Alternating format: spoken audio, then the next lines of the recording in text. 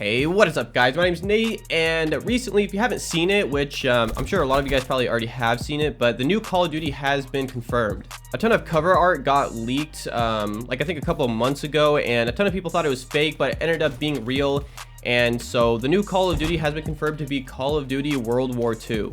That's exactly what it's going to be called, and it has a ton of people excited. But since I really only do post commentaries on like a nuke with every gun, and I really only talk about the gameplay in those, I thought I'd make a commentary on kind of like my my opinions and thoughts on what they really need to do to make this Call of Duty good. And I even have some bullet points written down on my notepad right here. So I tried to make this as centered around all platforms as possible. I do play on PC, and there is a lot more issues that go into making a PC Call of Duty that people are going to complain about that wouldn't complain about it on console. So I pretty much just kind of tried to forget that I play on PC and just make this completely for all consoles. So first of all, one big thing that I think they need to work on or kind of go back and figure out what they did right is score streaks. In the last few Call of Duties, especially the jetpack Call of Duties, the score streaks, they've just been boring. And I can't really say why, but like the score streaks in Black Ops 1, MW2, even the score streaks in Black Ops 2 were all like fun to use for some reason. They felt very rewarding, and just in these new Call of Duties, it really doesn't feel like that. Even in Black Ops 3, when I would get a mothership, I stopped using it because it's not fun for some reason. So I think they really need to work on that, and that might be pretty difficult because they are going back all the way to World War II. So, I mean, they don't have a lot of, room to move with score streaks. There wasn't a ton of stuff back then. And that kind of brings me to my next point, which is variety in guns. It seems to me that people complain so much about weapon balancing now that all the guns play so similar. Guns stop feeling unique, and that just ends up making them not as fun to use. And once again, that's going to be even harder this year because they're going back to World War II, and of course there wasn't as many guns back then. When Battlefield 1 first came out, I played the game like crazy, but once I figured out that there really wasn't that many guns, there was more like variants of a specific gun, it got boring really quickly to me. So I'm hoping that Sledgehammer, the guys that are making this year's Call of Duty, can really focus on that and do it as well as possible. Next, and this is something that I think Drifter, Nadeshot, and some other guys have brought up, is that Call of Duty needs some kind of competitive play like CSGO does or League of Legends. Back in Black Ops 2 Prime days, you had League play, and League play was so much fun. Even on PC, which for the most part it was dead, you could still find lobbies. In just those few lobbies, it was so much fun to grind up and try to get to whatever the highest rank was in it. I don't even remember what it was.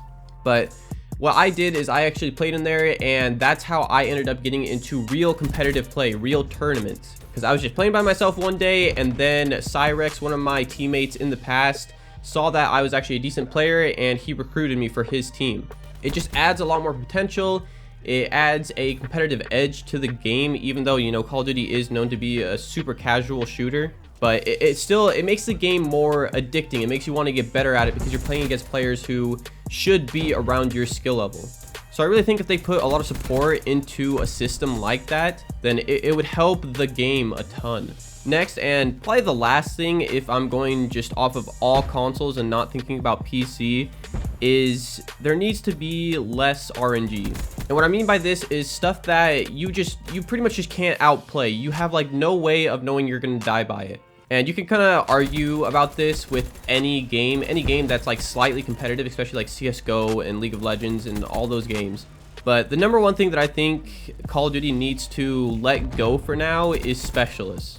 Specialists can be fun. I just think right now they're way too easy to get multiple times in a game, and they're way too easy to get kills with. Every lethal specialist in Black Ops 3, if you were in range of their weapon, whatever it may be, it's a one-shot kill every time. With the only exception, I believe, being the War Machine. Like if somebody's using Flak Jacket, I think you have to shoot them a lot. But I mean, other than that, like everything is a one-shot kill, and they're not difficult to use. Especially like the Purifier, you can just run at people with Gung Ho and a Purifier and just spray everywhere. And if you hit them once, they're dead. And it's not like you had to do something insane to get that purifier. You can get the purifier in the game even if you're going 0 and 20. You're gonna get it eventually. So I know that's very opinion based, and I've already had like some friends argue with that, but that's just me. That's just kind of what I think, especially if they bring back some kind of competitive play like league play. They need to not have specialists in that.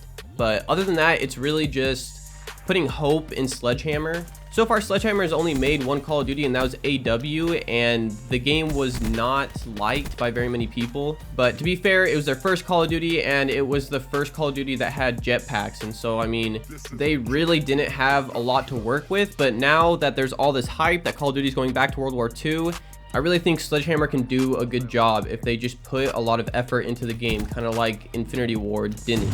I mean, Black Ops 3 is a great example of a game that no matter what was going to get hate because it's a jetpack Call of Duty, but it turned out to be a pretty good COD because they just put so much work into it and made it a good game even though they're so against the odds.